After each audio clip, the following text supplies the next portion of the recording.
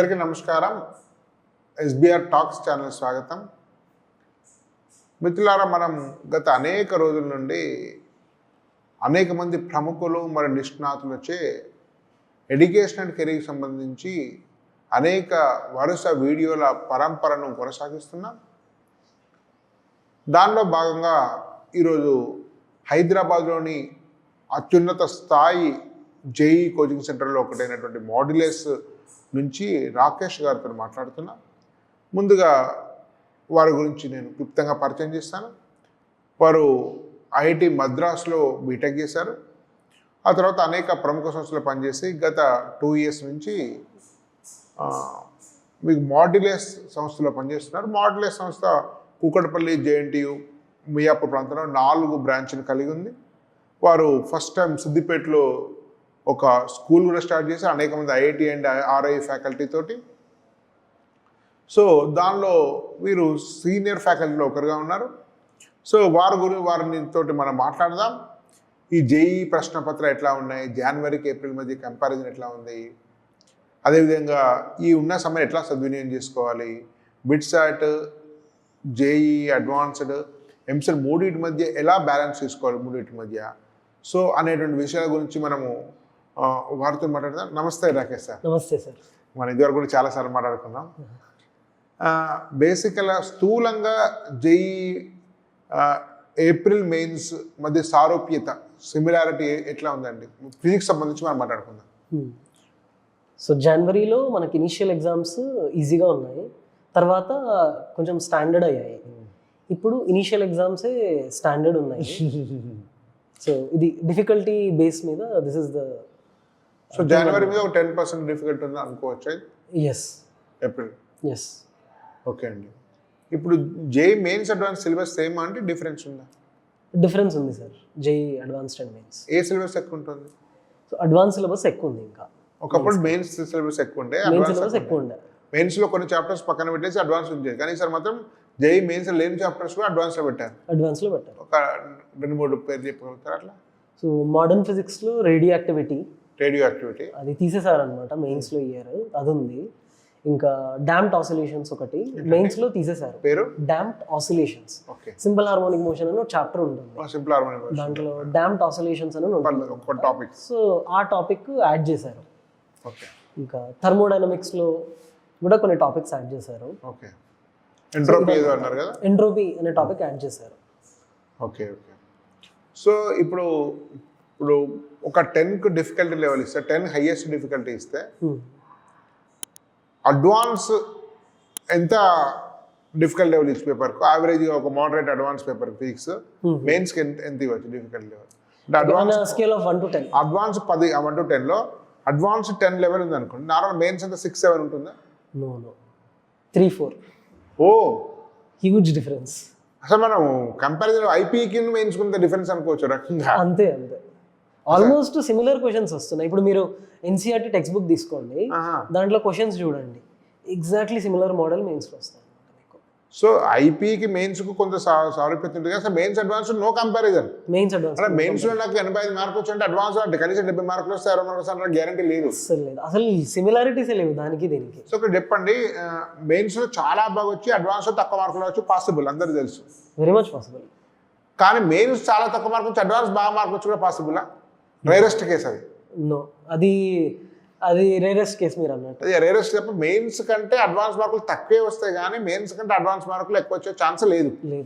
పర్సంటేజ్లో ర్యాంకులో difference పక్కన పెట్టండి. కానీ ఇప్పుడు 100కు మెయిన్స్లో 70 వచ్చిన వాడికి అడ్వాన్స్ 80 రావడం అసాధ్యం. రాదు. ఓకే, బేసిక్గా బోర్డ్సే if is not good then advanced it is just. మెయిన్స్లో 80 వస్తే ఒక స్టూడెంట్కు, ఒక మోడరేట్ పేపర్కు అడ్వాన్స్ అవుట్ ఆఫ్ 100 అంటున్నారు. Out of 100 if you got 70 అనుకోండి. 70 ఒక మోడరేట్ పేపర్కు. అడ్వాన్స్లో ఎగ్జాక్ట్ చెప్పలేము, ఎంత ప్రిడిక్ట్ చేయొచ్చు? 70 వచ్చిన వాడికి ఒక 40 ప్రిడిక్ట్ చేయొచ్చు, 30 ప్రిడిక్ట్ చేయొచ్చు. అదే మోడరేట్ అదే లెవెల్ మోడరేట్ అడ్వాన్స్ పేపర్కు దీనిలో 70 వస్తే ఒక 35 వస్తాయి అనుకోవచ్చా? హాఫ్ వస్తాయి అనుకోవచ్చా? 35-40 ఈజీగా వస్తాయి. ఒక రకంగా 50%. 50% again we can't say exact ఒక estimation. 30 to 40% is okay, he can get. అంతే. అనేది మెయిన్స్లో 50% అంటున్నాను. మీరు ఏమన్నారు అడ్వాన్స్ లో సారీ మెయిన్స్ లో 70 70% వస్తే వస్తే అడ్వాన్స్ లో 35 వస్తాయి అంటున్నాను. రావచ్చు. ఎస్ 70 మార్క్స్ వస్తే అడ్వాన్స్ లో మెయిన్స్ మార్కులు అడ్వాన్స్ ఒక 50% వస్తాయని ఎక్స్పెక్ట్ చేయొచ్చు అని. చేయొచ్చు. ఇందులో 90 వస్తే కనీసం 45 వస్తాయని అనుకోవచ్చు. ఎస్ అంటే అందరు కాదు, ఇప్పుడు దీనిలో 100 వచ్చినోడికి వాడి దానిలో కూడా 90 వస్తాయి.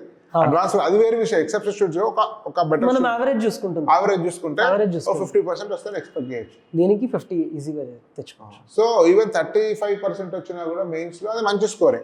అడ్వాన్స్ 35% మార్క్స్ వచ్చే మంచి స్కోరే. ఇక్కడ మాత్రం 70% వస్తేనే మంచి స్కోర్. మంచి స్కోర్ అంటే 99% అని అనుకుంటే మనం. ఇప్పుడు ఈ టైంకి 75% ఇంపార్టెంట్. అప్పట్లో ఎట్లా ఉండేదంటే మెయిన్స్ లో 60% ఉండేది. ఓవరాల్ గా నీకు 60% వస్తే యూ విల్ గెట్ బిలో 99% అట్లా వచ్చేది. సేఫ్ జోన్ లో ఉంటాం. 99% వచ్చేస్తుంది మన అప్పట్లో. Almost 10-15 years back, 3-4 years back, 4-5 years back కూడా వచ్చినట్టుంది. అట్లా ఈ మార్క్స్ రేంజ్ పెరుగుతున్నట్టుంది, ప్రిపరేషన్ పెరుగుతుంది, స్టాండర్డ్స్ పెరుగుతున్నాయి. సార్ అయితే ఇప్పుడు సార్ ఫైన్, అడ్వాన్స్ గురించి మనకు కొంత ఐడియా ఉంది. ఇప్పుడు బిట్సాట్, ఎంసెట్, అడ్వాన్స్ అది 3 మోస్ట్ ఇంపార్టెంట్ ఎగ్జామ్స్ కదా మెయిన్స్ తర్వాత. ఈ బిట్సాట్ను ఇప్పుడు ఫర్ ఎగ్జాంపుల్ ఒక 10 అనేది మోస్ట్ డిఫికల్టీ అనుకుంటే, అడ్వాన్స్ పేపర్ 10 అనుకుంటే, మీరు అన్నారు 3.54 మెయిన్స్ డిఫికల్టీ. బిట్సాట్ ఎంత వేయచ్చండి? Same range sir. BITSAT, EAMCET all these are same range. EAMCET more difficult అనుకుంటే కదంటే in terms of number of questions more కదా. అలా అనుకుంటే బిట్స్, ఎంసెట్ డిఫికల్టే because more number of questions in given time కాబట్టి. ఆ పాయింట్ తో పోలిస్తే difficult. But if you see difficulty questions యొక్క డిఫికల్టీ క్వశ్చన్ టు క్వశ్చన్ చూస్తే మాత్రం క్వశ్చన్ చూస్తే mains is better then even BITS and EAMCET. ఇంకా ఈజీగా వస్తాయి ఎంసెట్. Mains easy. మీకు bit why question to question difficult level చూస్తే టైం నంబర్ టైంతో సంబంధం లేకుండా చూస్తే మెయిన్సే ఈజీ. మెయిన్సే డిఫికల్ట్. బిట్సాటే ఈజీ. కానీ ఎక్కువ క్వశ్చన్స్ చేయాలి కాబట్టి ఆ పాయింట్ ఆఫ్ వ్యూలో మెయిన్స్ తక్కువ క్వశ్చన్స్ ఉంటాయి కాబట్టి కంఫర్ట్. Exactly right. ఎంసెట్లో టైం మేనేజ్మెంట్ ఎట్లా చేసుకోవాలండి యాక్చువల్గా? ఎంసెట్లో ఓన్లీ థింగ్ లాస్ట్లో మనం బాగా టెస్ట్ రాయాలి. Mock test important. Mock test చాలా ఇంపార్టెంట్ ఎంసెట్కి. ఇప్పుడు చాలా మంది స్టూడెంట్స్కి ఏంటంటే ఎక్కువ మంది మంచి పర్సెంట్ రాని వాళ్ళే ఎక్కువ మంది ఉంటారు న్యాచురల్గా. సో వాళ్ళకు ఎంసెట్ కావాలని ఉంటుంది, మెయిన్స్ కావాలనుకుంది, బిట్స్ కూడా ట్రై చేద్దాం అనుకుంటారు, అడ్వాన్స్ అంటే ఉన్నవారు అడ్వాన్సెస్. ఈ మూడింటిని బ్యాలెన్స్ చేసుకుంటూ సిలబస్ ఒక ప్లానింగ్ చేసుకొని చేయడం సాధ్యమా, లేదా రెండింటిని వదిలిపెట్టి ఒకదాని మీద ఫోకస్ పెట్టాలా, ఏమైనా రెండింటిని ఫోకస్ పెట్టాలి? ఎట్లా ఈ 3 ఎగ్జామ్స్ ఎట్లా బ్యాలెన్స్ చేసుకోవాలి మనం? ఇప్పుడు మా ఇన్స్టిట్యూట్లో సార్ మాడ్యులర్స్లో వీకెండ్ ఎగ్జామ్స్ కండక్ట్ చేసినప్పుడు మెయిన్స్ కండక్ట్ చేస్తాం. So might be 2 mains exams conduct చేస్తాం. దాని తర్వాత 1 ఎంసెట్ కండక్ట్ చేస్తాం, 1 బిట్సెట్ కూడా కండక్ట్ చేస్తాం. So over a period of 2 years వాళ్ళకి ప్రాక్టీస్ అయితే జరుగుతుంది. క్వశ్చన్స్, కాన్సెప్ట్స్ సేమే. It is only that pattern is different. So ఆ ప్రాక్టీస్ అనేది మనకు ఫస్ట్ నుంచి ఉండాలి, 11th నుంచి ఉండాలి ఆ ప్రాక్టీస్ అనేది. సో అండ్ సరే అట్ లాస్ట్లో కూడా మాక్ టెస్ట్. లాస్ట్ 45 days ఉంది టైం. ఇప్పుడు మనం April 1st వీక్లో April 9th వీడియో చేస్తాం, 8th వీడియో చేస్తాం అనుకోండి. సో ఇక్కడ నుంచి మొదలు పెడితే మేబీ 40 days ఉందండి. అడ్వాన్స్ డేట్ ఎప్పుడు? అడ్వాన్స్కి డేట్ ఎప్పుడు? Exam date 26th May. So maybe 50 days ఉంది, 45 days ఉంది అనుకోండి. సో బిట్సాట్ కూడా ఆ ప్రాంతంలో సెకండ్ స్లాట్ కూడా అదే టైంలో ఉంటుంది. సో ఎంసెట్ కూడా అప్పుడే ఉండొచ్చు. ఈ 40 days మనం మూడింటిని బ్యాలెన్స్ చేసుకోవాలా, ఒకదాని మీద ఫోకస్ చేసి రెండింటిని క్విట్ చేయాలి? ఎట్లా ప్రిపేర్ కావాలి?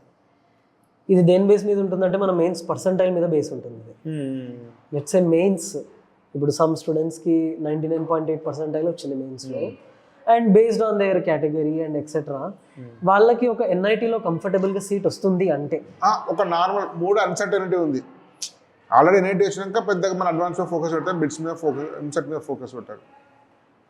So fine. ఇప్పుడు మీరు నాకు ఒక అన్సర్టనిటీ ఉంటుంది. అన్సర్టనిటీ అంటే ఫర్ ఎగ్జాంపుల్ నేను ఓసీ క్యాండిడేట్ 96% వచ్చింది నాకు. ఏది ఇప్పుడు సెకండ్ మెయిన్స్ అనుకోండి, అన్సర్టనిటీ ఉంటుంది. అట్లాంటప్పుడు మూడింటికి నాకు ఎలిజిబిలిటీ ఉంది. Better to go for EAMCET BITSAT మీద పెట్టాలి. ఒకవేళ మెయిన్స్లో మనకు సేఫ్ సీట్ లేదు అనుకుంటే మాత్రం బిట్సాట్ ఎంసెట్ మీద మనం ఫోకస్ పెట్టాలి. ఒకవేళ మనకు మెయిన్స్లో సేఫ్ సీట్ ఉంది అన్నప్పుడు బిట్సాట్ను కొంచెం తక్కువ పెట్టి అడ్వాన్స్ కూడా మనం ఎక్కువ ఫోకస్ పెట్టచ్చు. ఈ ఎంసెట్ బిట్సాట్ రెండింటి బ్యాలెన్స్ చేసుకునే ప్రిపరేషన్ సాధ్యమవుతుందా? ఒకదానికి ప్రిపేర్ అయితే ఇంకో దానికి ఆటోమేటికలీ ప్రిపేర్డ్. ఏమన్నా బిట్స్ ఆర్ స్పెషల్ బుక్ ఏమైనా మీరు రెఫర్ చేయగలరు? Mock test sir. Mock again online ఇప్పటికీ మనము ఆల్మోస్ట్ మన ఇన్స్టిట్యూట్ మెటీరియల్ ఇస్తాము, హోంవర్క్ ఇస్తాము, మాక్స్ కండక్ట్ చేస్తాము. అంటే ఆన్లైన్ ఏమైనా మాక్ టెస్ట్ ఉన్నాయా? వేరే వేరే ఆన్లైన్ మాక్ టెస్ట్లు BITS are better I would suggest ఇప్పుడు మా ఇన్స్టిట్యూట్ వాళ్ళకి మా టెస్ట్ రాయమంటాము. బుక్స్ అవనంటే పీవైక్యూస్ చేయమంటాం మేము. BITSAT previous year questions book ఉంటుంది అనమాట. డిఫరెంట్ పబ్లిషర్స్ ఉంటాయి దాంట్లో. సో అరిహంత్ ఉంటుంది, ఎంటీజీ ఉంటుంది. ఈ డిఫరెంట్ పబ్లిషర్స్ మనం ప్రీవియస్ ఇయర్ క్వశ్చన్స్ తీసుకొని చేయాలి బుక్ కావాలంటే. మళ్ళీ థియరీ అవన్నీ ఈ టైంలో చేయకూడదు. ఇప్పుడు ఎంసెట్ క్వశ్చన్స్ బిట్స్ క్వశ్చన్ ఒకటే రేంజ్ ఉంటుంది, ఒకటే రేంజ్, సేమ్ రేంజ్. ఓకే. కానీ ఎంసెట్లో బిట్స్ వచ్చేంత స్కోర్ రావట్లేదు. ఆల్ ఇండియా టాపర్స్ కూడా ఎంసెట్లో ఫుల్ మార్క్స్ రావడం లేదు కదా, బికాస్ ఆఫ్ టైమా? That is yes, because of time. Plus కొన్ని క్వశ్చన్స్ మంచిగా ఇస్తున్నాడు ఎంసెట్లో. యాక్చువల్గా last 2 years back very nice questions ఇచ్చాడు. ఆల్మోస్ట్ అడ్వాన్స్ లెవెల్ క్వశ్చన్స్ కొన్ని ఉన్నాయి, very less, not very much. But that is the reason why మీకు ఫుల్ కనిపించట్లేదు, బికాస్ నైస్ క్వశ్చన్స్ అదే ఎంసెట్లో. సో లాస్ట్ 1-2 క్వశ్చన్స్ అండి. ఇప్పుడు సరే, మీరు చాలా సంవత్సరాల నుంచి పనిచేస్తున్నారు జేఎంఎస్లో, స్వయంగా ఐఐటిని క్రాక్ చేసిన వ్యక్తి. ఈ ఐఐటి ఫౌండేషన్ రకరకాల చర్చ జరుగుతుంది రాష్ట్రంలో. 6th క్లాస్ నుంచి ఐఐటి ఉండాలి, 8th క్లాస్ నుంచి ఐఐటి ఉండాలి, టెక్నో స్కూల్ చేరాలి, ఒలింపియాడ్ స్కూల్ చదవాలి, ఇంటర్మీడియట్ ముందే నేర్చుకోవాలి. ఇట్లాంటి ఒక భావజాల వ్యాప్తి జరిగిపోయింది పేరెంట్స్లో. మీరు వందల మందితో డీల్ చేస్తుంటారు ఇప్పటికీ. ఈ ఫౌండేషన్ అంటే ఏంటి అసలు? ఈ ఫౌండేషన్ ఎలా ఉండాలి? ఫౌండేషన్కును జేఈ మెయిన్స్లో, అడ్వాన్స్లో, బిట్సాట్లో సీట్ రావడం మధ్య ఉండేటువంటి కొరిలేషన్ ఎట్లా ఉందో ఒకసారి వివరించగలుగుతారా? ఇప్పుడు ఉండే ప్రజెంట్ సిచ్యువేషన్ చెప్తాను మీకు. ఇప్పుడు ఏమవుతుందంటే వాట్ ఎవర్ ఒలింపియాడ్ స్కూల్స్ అని, ఫౌండేషన్ స్కూల్స్ అనేవి ఉంటాయి. వాళ్ళు ఏం చేస్తారు, సమ్ కాన్సెప్ట్ చెప్తారు, కొన్ని క్వశ్చన్స్ ఇచ్చేస్తారు, కొన్ని టఫ్ క్వశ్చన్స్ ఇచ్చేస్తారు, ఎలా చేయాలో చెప్తారు ఈ క్వశ్చన్స్ని. చెప్పేసి సిమిలర్ మోడల్ క్వశ్చన్స్ టెస్ట్లో ఇవ్వడము ఇట్లా జరుగుతుంది. 100 people తీసుకున్నాం, లెట్ us say ఒక లాట్ 100 స్టూడెంట్స్ తీసుకున్నాం. ఈ లాట్ ఆఫ్ 100 స్టూడెంట్స్లో వాళ్ళు ఇప్పుడు 9th 10th స్పెషల్ కోచింగ్ అనుకోండి. 9th 10th వాళ్ళు 9th 10th చదువుకోవాలి, ప్లస్ ఈ స్పెషల్ కోచింగ్ చేయాలి. It is burden. యావరేజ్ పర్సన్కి ఇది burden. It is not easy. For ranker it is very easy. So ఇప్పుడు ఏమవుతుందంటే, ర్యాంకర్ ఈజీ డిఫికల్ట్ పక్కన పెట్టండి, అది అవసరమా? అది అవసరం లేకుండా టాప్ ర్యాంక్ అచీవ్ చేయొచ్చు. Regular text books, NCERT books, మంచి కాన్సెప్ట్స్ నేర్చుకొని, ఎలాంటి కోచింగ్ లేకుండా మంచి గేమ్స్ ఆడుతూ పీస్ఫుల్గా ఉన్న వాళ్ళు కూడా టాప్ బెస్ట్ ర్యాంక్ సాధించవచ్చు. వాళ్ళకి ఏమైనా అబ్స్టాకిల్ అవుతుందా ఈ కోచింగ్ లేకపోవడం స్కూల్లో? ఎప్పుడైనా దేంట్లోనైనా టాప్ రావాలంటే you need to be really devoted and working in that field. ఇప్పుడు ఎగ్జాంపుల్ చైనా తీసుకుందాం. వాళ్ళకి year on year best of the medals వస్తాయి, most number of Olympic medals వస్తాయి. Kids in China from a very young age they are put in to these things. అంటే ఇప్పుడు let us say ఒక China batch అంటున్నారా? China country ఇప్పుడు China మన దగ్గర బ్యాచ్లు కూడా లేదు. మీరు Olympics every year, I mean ఎన్ని ఒలింపిక్స్ తీసుకుంటే most number of medals are from China. So we need to ask, ఎందుకు చైనాకే ఎందుకు వస్తున్నాయి ప్రతి ఇయర్? వై నాట్ ఈవెన్ మన కంట్రీకి వాళ్ళకన్నా ఎక్కువ పాపులేషన్ ఉంది. అట్లా కంపేర్ చేయొచ్చు అంటారా? ఎస్. అంటే ఫిజికల్గా ఉండే స్కిల్స్, నాలెడ్జ్ కొను ఈ ఇంటెలెక్చువల్గా ఉండేదాన్ని మనం అట్లా కంపేర్ చేయొచ్చు. ఎస్. ఫైనలీ సక్సెస్ అనేది సెట్ ఆఫ్ రూల్స్ ఉంటాయి దానికి, డిఫరెంట్ రూల్స్ ఏం లేవు. కానీ నేను అంటున్నాను, చైనాలో ఫర్ ఎగ్జాంపుల్ మీరు అన్నట్టు 6 years తీసుకున్నారు. 10 years బాబుకు ఎంతవరకు ఫిజికల్ స్ట్రెయిన్ చేయాలో అంతే నేర్పిస్తారు తప్ప 10 years వాడికి 15 years ఉండేటువంటి ప్రాక్టీస్ అది ఇవ్వరు కదా. నేను అనే పాయింట్ ఏంటంటే, కరెక్ట్, ఇప్పుడు 10 years అబ్బాయికి చైనా తీసుకెళ్తే 10 yearsలో ఎంత బాడీ ఉంటుంది, ఎంత ఫిట్నెస్ ఉంటుంది, ఎంత స్టెమినా ఉంటుంది, దాని ప్రకారం వాళ్ళు ట్రైన్ చేస్తారు. కానీ ఇక్కడ ఏం జరుగుతుంది, 8th class ఉన్న వాడికి ఇంటర్మీడియట్ సెకండ్ ఇయర్ చెప్తున్నారు. నేను ఎందుకు చైనా ఎగ్జాంపుల్ తీసుకున్నానంటే, మీరు అడిగిన క్వశ్చన్ ఏంటంటే, మనము డైరెక్ట్గా ఐఐటి సీట్ కొట్టచ్చా, లేకపోతే ఆడుతూ పాడుతూ ఆడుతూ పాడుతూ? నా పాయింట్ అది కాదు. నా పాయింట్ గేమ్స్ ఆడుకుంటూ, గేమ్స్ ఆడడం అనేది ఓకే. నా పాయింట్ ఏంటంటే, 8th 9th 10thలో 8th 9th 10th government నిర్దేశించిన కాన్సెప్ట్స్ని చాలా బాగా నేర్చుకుంటూ ప్రాక్టీస్ చేస్తూ ఇన్డెప్త్ అండర్స్టాండింగ్ ఉండుకుంటూ అప్లికేషన్ చేస్తూ చదవడం ఒక పద్ధతి. కరెక్ట్. ఇప్పుడు ఈ చైతన్య నారాయణ వాడు వచ్చిన తర్వాత ఏం చేశారంటే 8th 9th 10th ఆ పుస్తకాలు పక్కన పడేసి ఇంటర్మీడియట్ సిలబస్ తీసుకొచ్చి వాడు టెక్నో స్కూల్ ఆ స్కూల్స్ అని పెడుతున్నాడు. అంటే దాదాపు 8th and 10th అంటే ఇంటర్మీడియట్ దాదాపు 3-4 సంవత్సరాల వయసు వాడు ఎక్కువ ఉన్నవాడు చదవాల్సినటువంటి వర్క్ను ఆ స్కూల్లో చదివిస్తున్నాడు. మీరు చూస్తే 8th and 10th China schools, Sri Chaitanya చానారాయణ బుక్స్ చూస్తే ఇంటర్మీడియట్ సిలబస్ ఉంటుంది. అంటే ఏంటి, ఆ ఏజ్లో చదవాల్సిన సిలబస్ గవర్నమెంట్ సైకాలజిస్ట్ చెప్పిన దానికంటే వేరే సిలబస్ ఇచ్చి చదివిస్తున్నాడు. దానివల్ల లాభమా నష్టమా? అట్లా అయితే సీట్ వస్తుందా, లేదా ఏ క్లాస్ ఆ క్లాస్ వాడిని ఇన్డెప్త్ పర్ఫెక్ట్ నేర్చుకుంటే సీట్ వస్తుంది? మీరు చైనా ఎగ్జాంపుల్ అనేది, చైనాలో కూడా ఒలింపియాడ్ ఏజ్కి సంబంధించినటువంటి ఫిజియోలాజికల్ దాని ప్రకారం ట్రైన్ చేస్తాడు. కరెక్ట్. 10 ఏళ్ళు 15 ఏళ్ళ ట్రైనింగ్ ఇవ్వడు. నేను చెప్పి ఇక్కడ ఎట్లా నేను అనేది అంటే ఒక రకంగా ఇంటర్మీడియట్ సిలబస్ను ముందుగా నేర్చుకోవడం వల్ల లాభమా నష్టమా? ఇప్పుడు what I will say is, intermediate syllabus మనం ఏం చెప్పకూడదు. Let us not go and teach them intermediate. Let us teach them 9th 10th very well.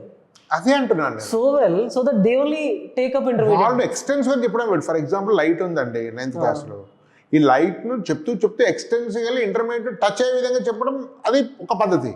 ఈ 9th లైట్ అంతా పక్కన పెట్టేసి ఇంటర్మీడియట్ సంబంధించిన లైట్ ఏరియాని తీసుకొచ్చి చెప్తే వాడికి ఎట్లా అర్థం అవుతుంది? లేదు సార్, నాలెడ్జ్ అనేది ఎలాంటిదంటే, ఇఫ్ వి షో దెమ్, ఇప్పుడు లైట్ అనేది స్టార్ట్ చేశాము, బేసిక్స్ కాన్సెప్ట్స్ చెప్పాము, we can make it very interesting for that class. They will come and ask next, they will come and ask us next. అదే వాడి interest తోటి ఎక్స్టెన్సివ్గా నేర్చుకోవచ్చు తప్ప ఇప్పుడు మీరు యాక్చువల్ మీకు తెలుసో తెలియదు నాకు తెలియదు, మీరు అట్లా చదువుకొని రాలేదని అనుకుంటున్నాను. ఇప్పుడు సోకాల్డ్ టెక్నో స్కూల్స్ ఈ చైతన్యారాయణ ఏం చేస్తున్నారంటే, ఈ 9th క్లాస్ సిలబస్ మ్యాథ్స్ ఉంటే అది పక్కన పడేసి మొత్తం IIT అని ఇంటర్మీడియట్ సిలబస్ అంతా చెప్పేసి లాస్ట్ నెలలో 9th క్లాస్ టెక్స్ట్ బుక్ అలా కంప్లీట్ చేస్తున్నారు. బహుశా మీకు ఎట్లా జరుగుతుంది మీకు ఐడియా కూడా, మీరు అంతా కాలేజీలో పనిచేస్తున్నారు స్కూల్లో. 8th క్లాస్ టెక్స్ట్ బుక్ అంతా లాస్ట్ నెలలో చెప్పేస్తే మిగతాదంతా ఇంటర్మీడియట్ సిలబస్ ముందుగా చెప్పేస్తారు. ఎట్లా సాధ్యం? 2 ట్రాక్స్, IIT ట్రాక్ వేరే, రెగ్యులర్ ట్రాక్, ఈ 2 ట్రాక్లు ఉండడం ఏంది? ఇంటర్మీడియట్ సిలబస్ స్కూల్ నేర్చుకోవడం ఏంది? ఇది ఎట్లా సైంటిఫిక్ అంటారు మీరు? చెప్తున్నారు sir, out of 100 students the benefit is only for might be 3-4 students, that's it. మిగతా వాళ్ళందరికీ ఐ హావ్ సీన్. ఇప్పుడు నేను మన మాడ్యులర్స్లో ఫస్ట్లో వచ్చినప్పుడు నేను తీసుకున్నాను అనమాట, కొన్ని ఫౌండేషన్ క్లాసెస్ తీసుకున్నాను. పిల్లలతో మాట్లాడుతుంటే వాళ్ళు చెప్పేవాళ్ళు, మాకు ఏదేదో చెప్తున్నారు, అంటే he's taking foundation in some other institute, మాకు ఏదేదో చెప్తున్నారు, అసలు అర్థం కాదు, అస్సలు ఇష్టం లేదు. అంటే మీరు ఫౌండేషన్ క్లాస్ గురించి చెప్తున్నారు. నేను 2 years బ్యాక్ ఫౌండేషన్ తీసుకున్నాను. Plus even in my career in ఫిడ్జీలో చేస్తున్నప్పుడు కూడా నేను ఫౌండేషన్స్ 9th 10th తీసుకున్నాను. ఫిడ్జీలో పనిచేస్తారా మీరు? ఇంతకుముందు ఫిడ్జీలో పనిచేస్తాను. సో ఫిడ్జీలో 9th 10th తీసుకున్నా. ఇక్కడ వచ్చిన తర్వాత ఫస్ట్ ఇయర్ ఫౌండేషన్ తీసుకున్నాను నేను. సో వాళ్ళ I know what they go through.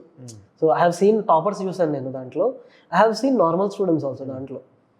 So టాపర్స్కి బాగానే ఉంటుంది ఇదంతా. ఏది 8th 9th 10th బుక్ తీసి పెట్టి 11th ఇస్తే వాళ్ళకి ఇంకా హ్యాపీ వాళ్ళకి, ఎందుకంటే there brain is designed for that. మనకి మిగతా ఇది నేర్చుకొని అది నేర్చుకుంటే ఫైన్ అండి, ఇది పక్కన ఉంటే నేర్చుకోవడం ప్రమాదం కాదంటారా? It is difficult. ఇది నేర్చుకొని అది నేర్చుకుంటే ఎక్స్ట్రా ఫైన్ కేపబిలిటీ ఉంటే ఫైన్. ఈ దీనిలో అర్థమెటిక్ ఉంటుంది, మ్యాథమెటిక్స్ లో ప్లేన్ జామెట్రీ ఉంటుంది, ఇదంతా పక్కన ఉంటే అది నేర్చుకుంటే దీని యొక్క ల్యాకింగ్ ఉండదంట. లాకింగ్ ఉంటుంది. సో ఇది నేర్చుకొని అవసరమైతే అది నేర్చుకోవాలి, కానీ ఇది పక్కన నేర్చుకోవడం మాత్రం ప్రమాదకరం. One more thing sir, kids అనేది they are not mature enough to know what is right, what is wrong. ఇప్పుడు మీరు ఈ సిలబస్ 9th 10th సిలబస్ పక్కన పెట్టి 11th 12th పెడితే మా స్కూల్లో 11th 12th చెప్తున్నారు, ఎస్ దిస్ ఇస్ కరెక్ట్ అని వాళ్ళు అనుకుంటారు. దే ఆర్ సో ఇమెచ్యూర్, వాళ్ళకి తెలియదు. ఓకే, తెలవాలనంటే they don't need to know, it is our job to guide them. So మనం చెప్పాలి 9th 10th చదువుకో, లెట్ ఇట్ బి ఈజీ, చదువుకో, ఎందుకంటే basics are important. After that move forward to 11th and 12th. But 9th 10th అనేది మనం అట్లా పక్కన పెట్టి చేయకూడదు. That is not advisable. So ఆ ఫౌండేషన్ సరే. లాస్ట్ 2 questions ఏంటంటే, ఇప్పుడు ఈ ఫౌండేషన్ ఫిజిక్స్ పాయింట్ ఆఫ్ వ్యూలోకి వస్తే ఏ చాప్టర్స్ మీద స్కూల్లో ఫోకస్ చేస్తే మనకు జేఈ కానీ నీట్ లాంటివి కానీ ఎక్కువ బెటర్గా క్రాక్ చేయొచ్చు? అంటే ఎట్లా సన్నద్ధం కావాలి స్కూల్లో ఉన్న వాళ్ళు? సరే, ఇప్పుడు మనకు 9th 10th syllabus whatever is the NCERT or state syllabus is prescribed, it is in line with the 11th 12th syllabus. ఇప్పుడు మనం 9th చెప్పేది it becomes advanced in 11th. Basically 11th is an extension of 9th, 12th is an extension of 10th. So there is nothing like important, we should not ignore anything. దాంట్లో మనం ఏవి ignore చేయకూడదు. We should properly understand all the concepts and do everything whatever prescribe మన state or NCERT prescribe whatever the prescribe we have to do that. అది very important. Very ఈ 8th 9th 10th లా ఉన్న syllabus మాత్రం physics చాలా important అంటారు intermediate కోసం. Intermediate 9th 10th చాలా important. That is where things start. 9th 10th syllabus మాత్రం 80% neglect చేయకూడదు. నో ఏమైనా బెటర్ బుక్స్ చెప్పగలుగుతారా మీరు 9th 10th కు ఫిజిక్స్ సంబంధించి హెచ్సి వర్మ అవేనా? ఎస్, హెచ్సి వర్మ ఇప్పుడు హెచ్సి వర్మ 9th 10th వాళ్ళకి కూడా బుక్స్ ఇచ్చారు. అవును, so those they can do, అవి చేయొచ్చు వాళ్ళు. But it should be under the guidance of teacher only. ఈ మధ్య ఏమవుతుందంటే పిల్లలు వాళ్ళ సీనియర్స్ అడుగుతారు ఏ బుక్స్ బాగున్నాయని, వాళ్ళు లిస్ట్ ఇచ్చేస్తారనమాట 1 to 10 లిస్ట్, సింగేజ్ అవి ఏవో లిస్ట్ చెప్తారు. వీళ్ళు టీచర్స్ని కూడా అంతగా కిడ్స్ ఇప్పుడు వాళ్ళ సీనియర్ చెప్పింది వింటారు, తెచ్చేసుకొని కష్టపడతా ఉంటారు. నేను చూస్తూ ఉంటా, కష్టపడతా ఉంటారు. As teachers we know what is good for you, we will take you on the path. Me what should be from your and me end నుంచి ఏమంటే just listen to what we say అంతే. Because మేము ఒక mentorship teacher guidance లోనే prepare కావాలి తప్ప వాళ్ళు అనవసర పుస్తకాలు తెచ్చుకొని ప్రయాసపడాల్సిన అవసరం లేదు. ఇట్ ఈస్ లైక్ యూట్యూబ్కి వెళ్ళి ఒకటి నేర్చుకోవడం అంతే. ఐ విల్ సే దట్ యూట్యూబ్కి వెళ్ళి ఒక టాపిక్ నేర్చుకుంటే ఇమాజిన్ 2 things. ఒకటి మీరు నేర్చుకోవాలంటే ఫస్ట్ థింగ్ యూట్యూబ్కి వెళ్ళి నేర్చుకోవచ్చు. Second thing you can go to specialised course వెళ్ళి చేయొచ్చు. యూట్యూబ్కి వెళ్ళి నేను జస్ట్ అన్ని ఫ్రీ చూస్తానంటే మనం చూస్తూనే ఉంటాం, చూసి మనకి ఎవరు గుడ్డో కూడా తెలియదు దాంట్లో. ఫైనల్లీ లాస్ట్ క్వశ్చన్, ఇప్పుడు మీకు ఈ జేఈ మెయిన్స్ అన్నీ మాట్లాడుకున్నాం మనం, ఇవి కాక ఏవైనా ఏ ప్రైవేట్ ఎంట్రన్స్ ఎగ్జామ్స్ మీకు కొంచెం ఫోకస్ పెట్టాలి, వాటిలో ఫిజిక్స్ స్టాండర్డ్స్ ఎట్లా ఉంటాయి, ఫిజిక్స్ క్వశ్చన్ పేపర్ యొక్క డిఫికల్టీస్ ఎట్లా ఉంటాయి అంటే జేఈ మెయిన్స్ వచ్చారు అనేక ప్రైవేట్ యూనిట్స్ వచ్చినాయి, విట్, మణిపాల్, అమృత, డిఫరెంట్ వచ్చింటాయి కదా, అట్లా ఏవి కొంచెం ముఖ్యమైన ఎంట్రన్స్ ఎగ్జామ్స్ వాటిలో ఫిజిక్స్ స్టాండర్డ్స్ మెయిన్స్ కంటే తక్కువ ఉంటాయా, ఎక్కువ ఉంటాయా, బిట్స్ ఎట్లాగా ఉంటాయా? అట్లా సిమిలర్ టు ఇవే సార్. ఎందుకంటే మెయిన్స్ ఎంసెట్ సిమిలర్ ఉంటాయా, మెయిన్స్ సిమిలర్ ఉంటాయా, అడ్వాన్స్ సిమిలర్ ఉంటాయా? From what I have written BITS కి సిమిలర్ ఉంటాయి అన్ని కూడా. విట్, మణిపాల్, అమృత కూడా బిట్స్ స్థాయిలో ఉంటాయి, బిట్స్ కి సిమిలర్ ఉంటాయి. So once you have prepared for mains, ఒకసారి మెయిన్స్ ప్రిపేర్ అయితే బిట్స్ కవర్ అవుతుంది, ఎంసెట్ కవర్ అవుతుంది, మిగతా అన్ని కవర్ అయిపోతాయి తప్ప సపరేట్ దానికి ప్రిపరేషన్ అవసరం లేదు, ఇది సరిపోతుంది. బట్ ఐ విల్ ఒక పాయింట్ చెప్తాను ఇక్కడ. నేను రాస్తున్నప్పుడు ఐ హ్యాడ్ అంటే ఫస్ట్ మాకు అడ్వాన్స్డ్ ఉంటుండే అప్పట్లో. సో అడ్వాన్స్ రాసాను, I have check the key, I knew okay నాకు మంచి ర్యాంక్ వస్తుంది. ఐఐటి జేఈ ఎగ్జామ్ ఏమో కదా అప్పట్లో, IIT JEE ఏఐట్రిపుల్ఈ and ఏఐట్రిపుల్ఈ and advance, అది ఇది ఐఐటి జేఈ ఎగ్జామ్ ఉండే ఎగ్జామ్. సో నేను ప్రిపేర్ అయ్యాను, అర్థమైంది I will get a rank అని. మా ఫ్రెండ్ కూడా కీ చూసుకున్నాడు, he was getting less marks, rank వస్తుంది బట్ అంత మంచి ర్యాంక్ వస్తుంది అని డౌట్ ఉండే మా ఫ్రెండ్కి. సో మా ఫ్రెండ్ ఏం చేశాడంటే మాకు జేఈ, ఐఐటి జేఈ తర్వాత ఏఐట్రిపుల్ఈ అని ఉంటుండే, బేసిక్గా జేఈ మెయిన్స్. సో నేను స్టడీ చేయడం స్టాప్ చేశాను. ఇంకా స్టడీ చేయడం, మా ఫ్రెండ్ ఏం చేశాడంటే ప్రాపర్గా ప్రిపేర్ అయ్యాడు ఈ ఏఐట్రిపుల్ఈకి. సో 1600 ర్యాంక్ వచ్చింది జేఈ అప్పట్లో, ఐఐటి జేఈలో 1600 ర్యాంక్ వచ్చింది నాకు. మా ఫ్రెండ్కి 2023 ర్యాంక్ వచ్చింది. సో ఇప్పుడు ఏమైంది, ఇక్కడ నుంచి there is 1 to 1.5 months for mains. So నేను ఇంకా I just through my books, ఏం చదవలేదు నేను. తను హీ ప్రాపర్లీ స్టడీ, మెయిన్స్కి బాగా ప్రిపేర్ అయ్యాడు. ఫైనలీ మెయిన్స్కి వచ్చేసరికి నాకు ర్యాంక్ 1700కి వెళ్ళిపోయింది. హిజ్ ర్యాంక్ ఏమౌట్ టు బి 250, చాలా బాగా వచ్చింది మెయిన్స్లో. సో ఇవన్నీ కొన్ని 1-2 monthsలో కూడా ఇప్పుడు దిస్ ఇస్ డిఫరెంట్. ఇప్పుడు మనకు మెయిన్స్ ఫస్ట్ ఉంది, అడ్వాన్స్ తర్వాత ఉంది. అట్లీస్ట్ ఆ ఎగ్జామ్ ట్యూన్ అవ్వడం అనేది ఇంపార్టెంట్. సబ్జెక్ట్ ఉన్నప్పటికీ కూడా ఆ పర్టికులర్ ఎగ్జామ్ టైమింగ్, దానికి సంబంధించిన స్ట్రాటజీస్ లో కొన్ని సపరేట్ స్పెషల్ ప్రిపేర్ అయ్యి కొంచెం మాక్ టెస్ట్ రాస్తే బెటర్. కంపల్సరీ రాలి. ఇప్పుడు మీకు మెయిన్స్ మంచి పర్సెంటైల్ వచ్చింది కదా అని you cannot ignore no, you have to sit and write marks. EAMCET marks రాయాలి. ఏ క్వశ్చన్ ఆ క్వశ్చన్ కొంత యూనిక్నెస్ అయితే ఉంటుంది, ఎంత సిమిలారిటీ ఉన్నా కూడా. మన ప్రిపరేషన్ డ్రాప్ అయితే ర్యాంక్ కూడా డ్రాప్ అయిపోతుంది. సో కానీ నెగ్లిజెన్స్ చేయరాదు చివర్లో. No, till advanced, till last exam వరకు you have to keep preparing. You cannot neglect. Gap రెడ్ ప్రాక్టీస్ లేకుండా ఎంత క్రికెటర్ ఉన్నా కూడా మళ్ళీ స్టేడియంలో ఫెయిల్ అవుతున్నట్టే. Exactly. So regular constant touch అయితే ఉండాలి. కాన్స్టెంట్. ఓకే అండి, ధన్యవాదాలు రాకేష్ గారు, చాలా మంచి ఇంటర్వ్యూ. ధన్యవాదాలు. భారత్ మాతాకి.